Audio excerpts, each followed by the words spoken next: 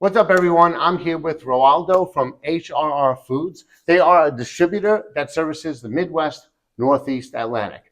And they are actually a distributor for one of my regular grocery stores, Lincoln Market in Queens. So I'm really looking forward to talking about that.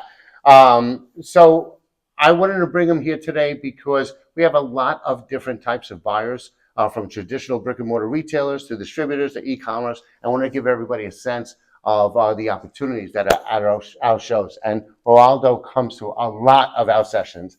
So thanks for joining us. And to start off, just give everybody an overview of who you are, what you do.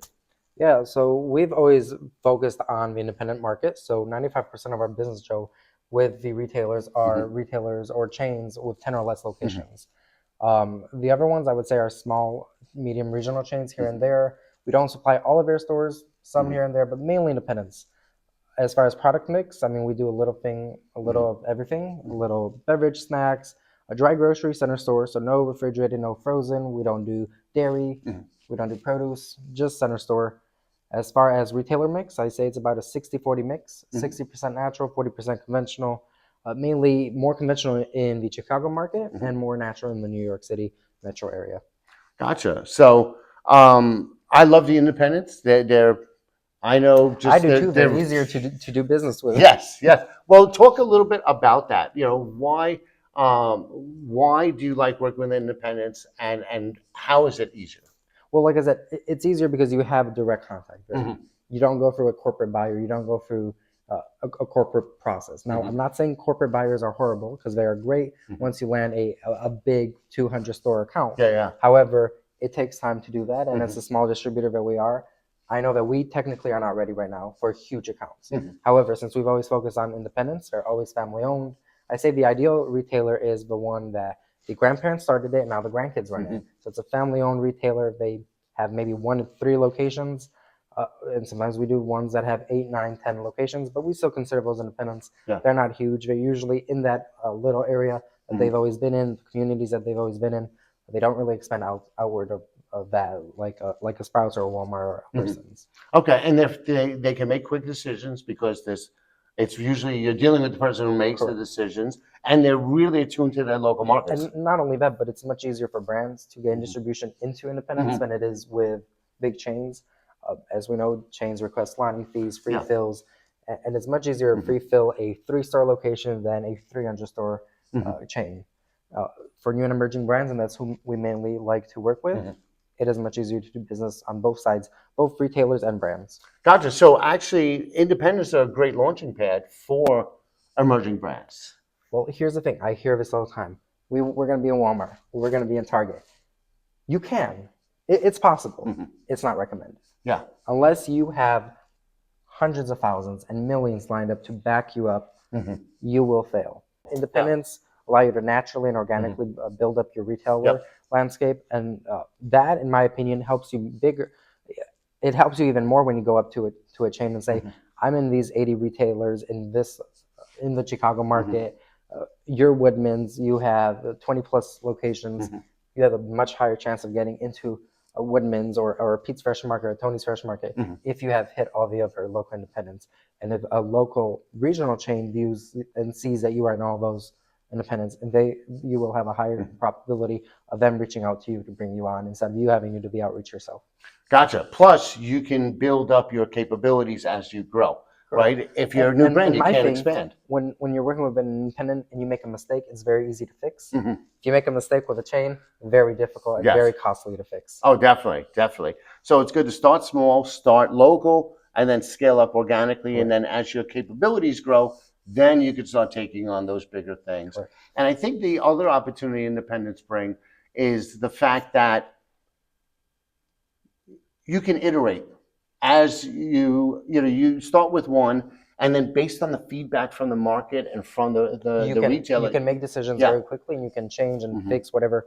I don't want to word it issues, but if there were any issues that a buyer brought out, you now have a quicker method to resolve those issues quickly and less costly. Yeah, so that when you're ready to go on to that large regional or national, you've already worked out the kinks in the process, not just in the product or the packaging, but also in your supply chain too.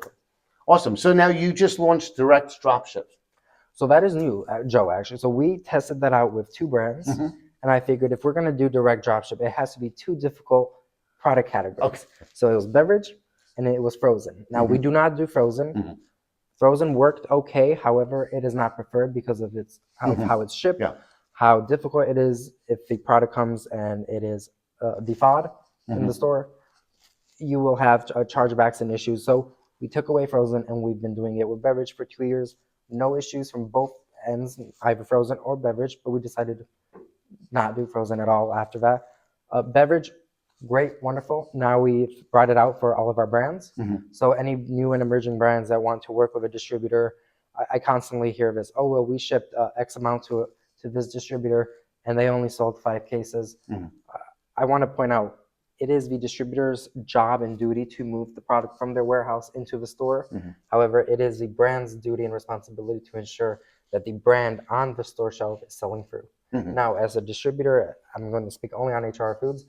We offer that as a value-added service. We don't charge for it.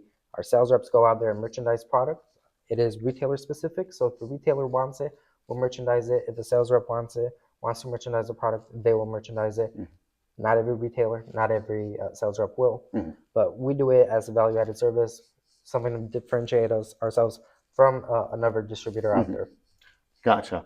So now, in the markets that you're serving, what trends are you seeing in the categories that you have?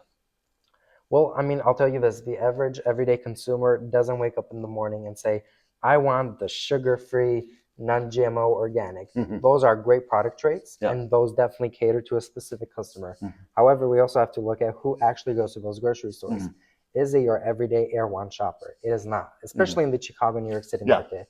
You do definitely have people that care about their fitness and their well-being and health.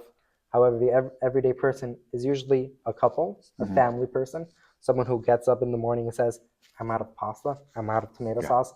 Oh, I need to buy more chicken. So they go into that store with their shopping list. My thing is packaging matters a lot. If the average person goes into a grocery store because they need to refill their house with everyday essentials and you want to stand out, your packaging is the only thing that's going to scream to them. You can be organic certified, you could be non-GMO certified, sugar-free, any type of certification. Those, like I said, they will help. However, your packaging needs to scream to the end consumer if they're going there just for their everyday shopping. Okay, and that's like my neighborhood, Lincoln Market. I'm going to the stores in my neighborhood really just to refill, like we talked about before: eggs, beans, rice, some yogurt, whatever, maybe some sauerkraut. Think of the things that I would just go in and buy on a regular basis, and it just doesn't change. It's very steady. Maybe I'll get something new, but again, I'm in the store physically, so the packaging, that's what's going to catch my attention. Right. Now, has there been trends as far as nootropics and mushroom products? There has. However, I always say, look at the everyday consumer. I constantly hear this from brands. Our person is a male, middle-aged, in between their 30s and 40s. Well, what does that tell us? I'm going to say something? Nothing. Tells us nothing. I'm a male in my mid-20s.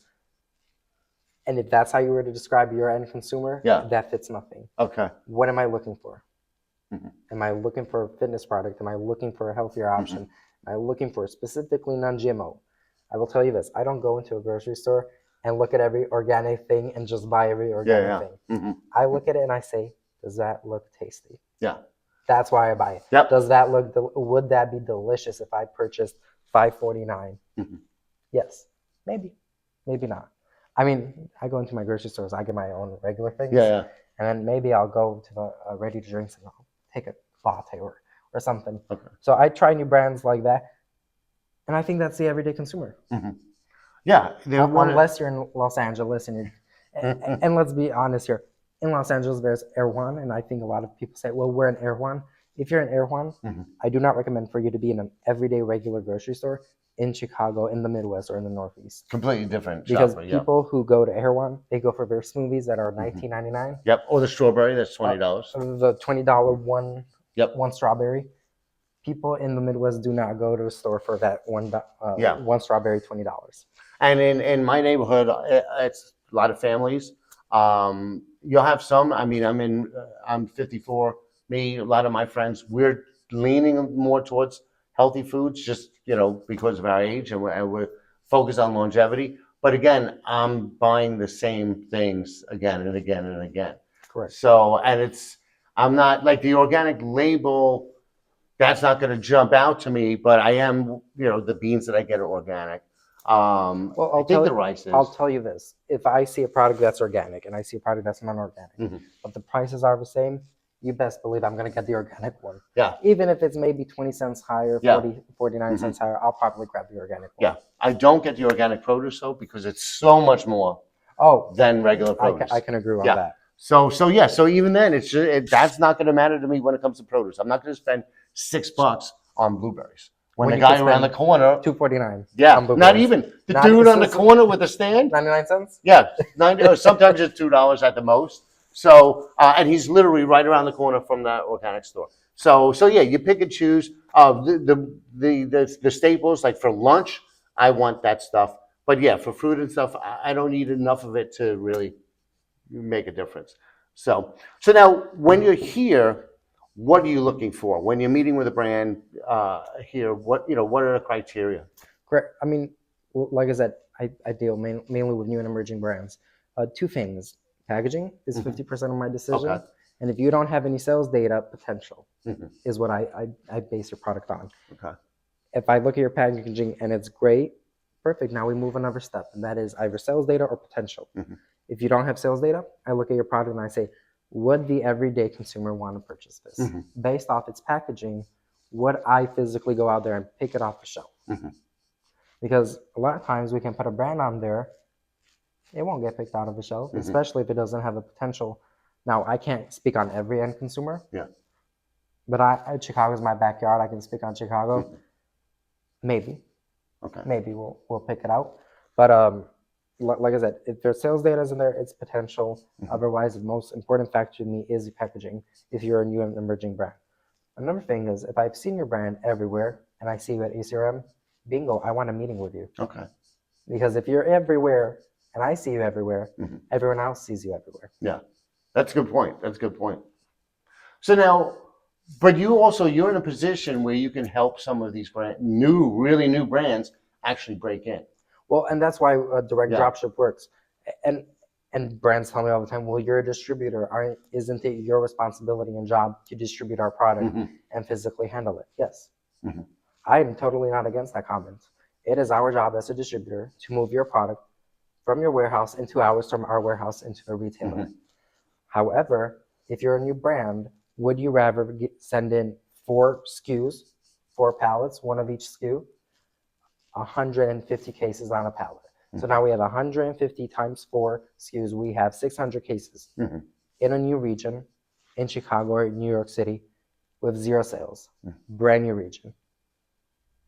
If we were to commit 600 cases and only 10 cases sold out of Yeah, each that's not flavor, good. Yeah. that's an issue. Yeah. So what happens in that instance Mhm. is we have 140 cases of each SKU spoiled, Mhm. expired, or we're going to have to discount it so heavily to get rid of it. However, I say this: if direct dropship allows us to price the product up to the retailer wholesale cost, normally what we would price it or a little higher. Mhm. It allows brands to decide the case price and the minimum order to the retailer. That way, brands can figure out their costs, their freight, their shipping costs, Mhm.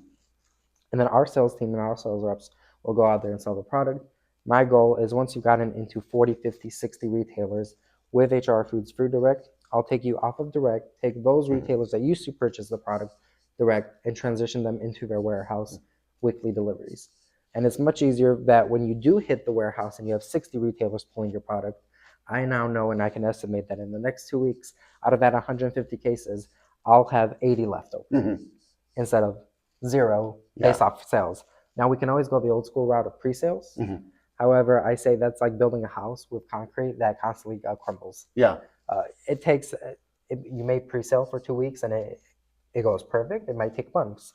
And by the time that you pre-sale your first retailer and you've done your pre-sales on your 40th, Mhm. you're going to have a few who initially said, yes, we'll bring it on, Yeah. change their decision. Mhm. So like I said, it's like a house built, a concrete that Yeah. you're building, but it's constantly crumbling, and you're going around and around and loop until it works. So direct dropship is the most quickest, easiest, and in my opinion, low risk. Yeah. As a distributor, we don't have any risk doing dropship, and as a brand, they don't have any risk doing dropship, and retailers as well, because some retailers do not want to anchor products. If they make the decision to remove that product, a normal distributor would deactivate the product in that warehouse. Not every retailer is willing to be an anchor retailer. And we're talking about anchors, mainly chains, but if we're looking at independents, they don't want to be anchors unless we're talking about buying group, like the Associated Supermarket Group out in New York City.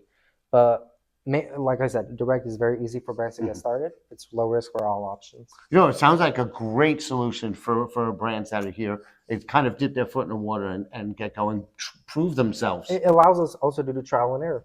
Does it work? Does it not work? Yeah. A lot of times brands say, oh, well, we want to be in New York City. Well, will your product work for New York City? Does New York City want you? Exactly. Is your product only meant for the Louisiana market, or can we go into New York City? Now, would you rather ship 4 cases into New York City? Or would you ship 600? I say the most realistic, financially realistic option would be to ship 4. And if it works, you can ship 600 later on. Yeah. That's always an option later on that they could build up to. They could prove themselves, and then it's like, okay, it's time to go. And another thing, anything that you can do in a warehouse with us as a distributor, you can reflect that right back in direct. The only difference between direct and warehouse is the method of how the product gets from the brand and to the retailer. We handle all the invoices, all the POs. There's virtually no difference besides the method of transportation. Awesome. No, it's a great solution for them, especially for people that are here.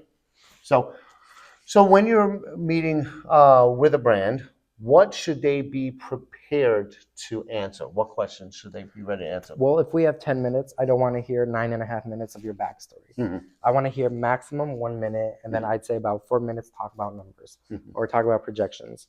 That allows me about 5 minutes left in that meeting to ask questions and get answers back and forth. That allows me an opportunity to inform the brand of who we are, what we do, who we service, and how we could expand and help the brand. I will say this, Joe. I will not take on a brand if they're in every single store. If I cannot take a brand on and put it in new retail locations, I won't bring it on. I won't do Heinz ketchup because it's a standard ketchup. It's everywhere. Regular mayo, I'm not doing it. But if you're a new brand or you're in a few select stores and you need a distributor to assist you and be there, that's the type of brands that I like to bring on. Perfect. That's just what we have here. So you come to a lot of sessions. I mean, I've been seeing you. I do. How many? It's my 50th. 50 sessions. So, all right, there's got to be a reason why you keep coming back. Tell us, what is it about each other? I'll tell you why. 10 minutes is more than enough. I get asked, well, how quickly do you make a decision? Within 30 seconds. Okay. Within 30 seconds. The moment they open their mouth, I make a decision. Now, I like to say this. People say, don't judge a book by its cover. I say, judge that book by its cover and then read its pages. Okay. So I judge every single product. And I'm not sure if you've noticed me when we first start the sessions and everyone's getting set up, I'll do a quiet walkthrough. And that's me judging every single brand. Okay. And so internally in my head, I'm saying, yes, yes, no, no, no. And then I sit down and I learn a whole lot more because I'm now reading the pages of the book.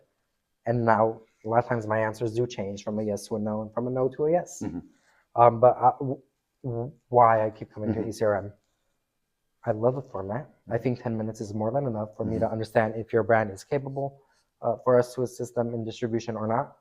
And because I've noticed I get a higher return on interest here than I do at any other trade show. I do go to Expo West here and there, not every year. And I'm walking around booths and I'm throwing business cards at the booths.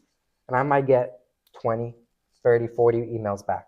But when I'm at ECRM, the week after, I get 80 to 100 emails back. Wow. Okay. So I have a deeper value and a deeper connection with all the suppliers here, all the brokers here.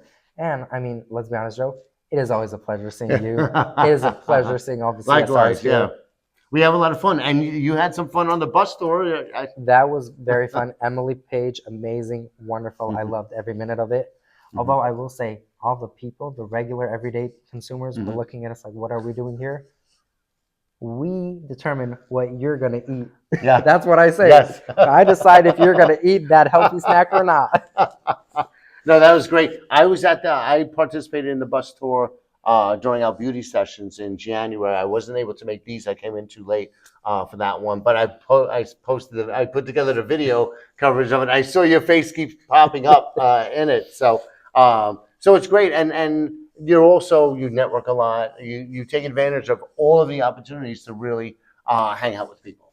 Correct. So, and that's good. That's an important part of this too. I will say this, Vat Quirky's dinner on Monday night, that was amazing. It was. So I'll tell you this, Joe. When I read on the ECRM portal on our account, when I read that we were going to an escape room building, somehow in my head I was thinking it was one of those damage rooms where they give you a baseball bat for you to damage and beat up every little TV that's in there. And then when we get locked in and the guy goes, "You're going to solve puzzles and riddles," and next thing I know, I go, "Oh." Did you get out? No. Oh. Well, we got to the very last, and it was this like switch on and off. And Jessica's looking at it, I'm looking at it, everyone's looking at it. We're like, at this point, let's just go and eat food. We're tired. It was 8:30 p.m. Did you do the axe throwing? I did. I did too. At the very end, I didn't want to get involved with it in case it would have hit me back. There was this video once on the news, and a girl hit the axe and it came right back. Yeah. So I figured I'm never doing axe throwing. Yeah. But I threw a few at the very end. It was good. Yeah, I did it too. Would I do it on the regular? Probably not. Oh, I want to do more. My first time out. Literally, they showed me how to do it. First time holding an axe. Like that was my first time ever. I hit the 75. I called it. I have it on video. I said 75. I'm going for the 75. Boom, hit it. Perfect. And then I did it again the next one. And then I missed a couple of times. So, but it was fun. And but no, we all love having you here. Love getting together, and I really appreciate you dropping by and doing the video. So thank you for joining us, and I look forward to seeing you at the next one. Well, I'll see you soon. I'll see you in San Diego then. Yes, you will. That's a great hotel. So that's going to be awesome. That's one more of my favorite sessions then. Yep. So thanks again. Thank you, Joe.